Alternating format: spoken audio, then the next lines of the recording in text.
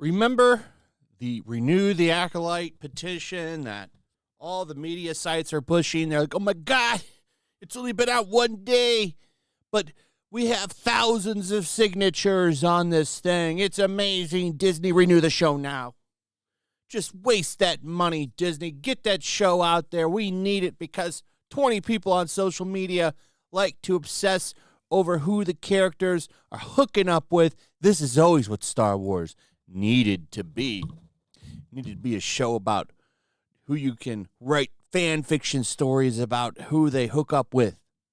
The shipper community. And boy, oh boy, did they eat this show up. Disney had finally succeeded at making them excited. The only problem that they had really was the fact that regular people weren't interested in that. And they lost all the other fans for these people that like to post online 24/7. So they finally got him. The problem is they lost everybody else in the process. 80,000 people, not enough to keep this show going. They need a lot more people to sign this thing.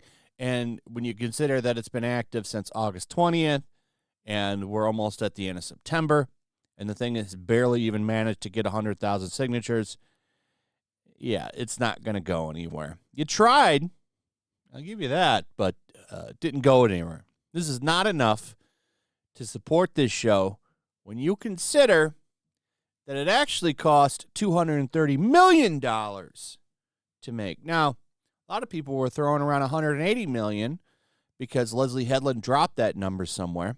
Oh, no, that is not the case. It's actually $230 million, according to tax documents that Park Place took over.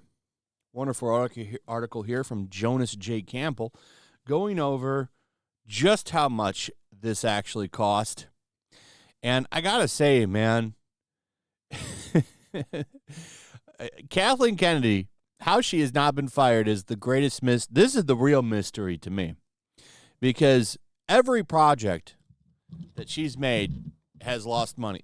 At least most of them. I don't think so. Force Awakens, Rogue One, financial successes, right? But even though The Last Jedi made money, it was still trending downward. Outside of the fact that anything that the sequel trilogy was called was going to make money, she has not returned anything else. She hasn't. Think about the disasters that were Willow. They turned that into a tax write-off. Willow is a tax write-off. You're never going to see that show again. Indiana Jones. That movie was a massive failure. That movie lost tons of money. That movie, and then now this. I was almost going to say show, but they canceled the Indiana Jones show. You're never going to see that piece of shit. I do wonder, were they going to have Phoebe Waller-Bridge run around in his hat for that show? Oh, my God. You want to see something worse than The Acolyte failing. That show would have done it next. So here's what they're saying. This is very interesting because that's a lot of money. $230 million. That ain't cheap, as they say. Exclusive United Kingdom tax documents filed by the Walt Disney Company's UK branch reveal that Lucasfilm and the Walt Disney Company spent over 172 million GBP, which is 231 million USD, on the production of The Acolyte. In an interview with Vanity Fair, the Acolyte series creator Leslie Headland publicly claimed the show cost $180 million, which was assumed by several to be stated in U.S. dollars. It is evident that if Headland had knowledge of the series' financials, that she was more likely referring to the amount in Great British pounds. Accounting for exchange rates at the time of this article, this means that The Acolyte cost $230 million U.S. dollars, with 8 episodes in the series. This means that Lucasfilm, under Kathleen Kennedy, allowed the budget of the now canceled show to balloon to $28.75 million per episode, while also failing to attract an audience. UK tax filings for The Acolyte only account for what was spent on the series before September 24th. So it is possible that this figure might be adjusted as additional tax filings surface. The show was released on June 4th. and failed to register in the Nielsen Top 10 overall chart, and only appeared in the Nielsen Top 10 original streaming chart at 488 million watch minutes before dropping off the charts together in the show's fourth week. The show did manage to reappear on the Nielsen Top 10 original streaming chart by July 16th when the final aired. That's why. That pulled 335 million minutes watched. And the reason people showed up on the final, probably to see Darth Plagueis, because everybody was talking about him. So they're, oh, I want to go see what he looked like.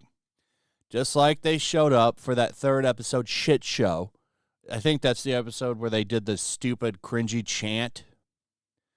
Oh, boy. This show.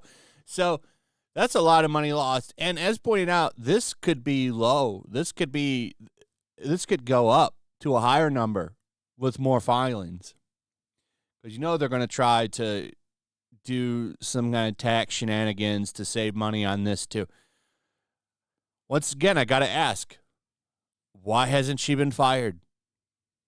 She has fumbled this ball pretty much since the beginning. She's the reason that the Star Wars park at Hollywood, what is it called? Hollywood Studios at Disney, has been a disaster. Because never forget, that was supposed to be Tatooine.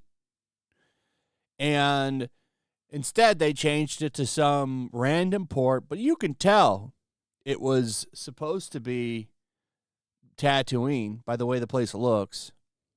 And she called up, and this is rumor, I can't verify this, but it's come from pretty credible people, that she called up the Disney Imagineers and was like, we need to change this to the sequel trilogy because we're not trying to cater to 40-something-year-old white dudes and shit.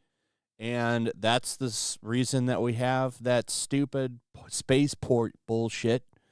And we don't have legacy characters walking around so much because of her foresight.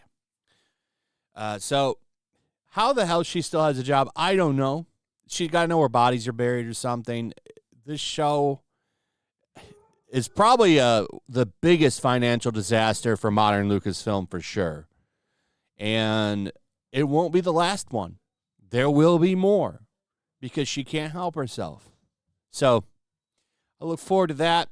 Star Wars, these Acolyte figures, you'll probably be able to find them. I'm surprised they even made Acolyte figures, and they made a whole bunch. They didn't do it for other shows, but they made sure to do it for the Acolyte. So I can't wait to see all those figures at Ollie's. That is a video I am dying to make. I'm just waiting for these figures to show up at discount stores so I can laugh.